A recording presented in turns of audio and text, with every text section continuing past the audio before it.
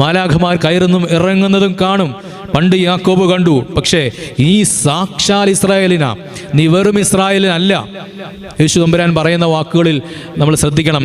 ചില വിശേഷണങ്ങൾ കൊടുക്കുന്നുണ്ട് ചില മനുഷ്യർക്ക്, അല്ലയോ? വെറും ഇസ്രായേലിനല്ല പറഞ്ഞത്, സാക്ഷാൽ ഇസ്രായേലിൻ. ഇന്നത്തെ സ്ത്രീയെ, കനാന്യക്കാരി സ്ത്രീ യേശു പ്രശംസിച്ച വാക്കുകൾ ശ്രദ്ധിച്ചോണം. സ്ത്രീയെ, നിന്റെ വിശ്വാസം വലുത് നമ്മൾ വിട്ടുപോകും, വിശ്വാസത്തെ പിടിച്ച് നമ്മൾ പോകും. പക്ഷേ വലിയ വിശ്വാസം അത് നമുക്ക് വേണം.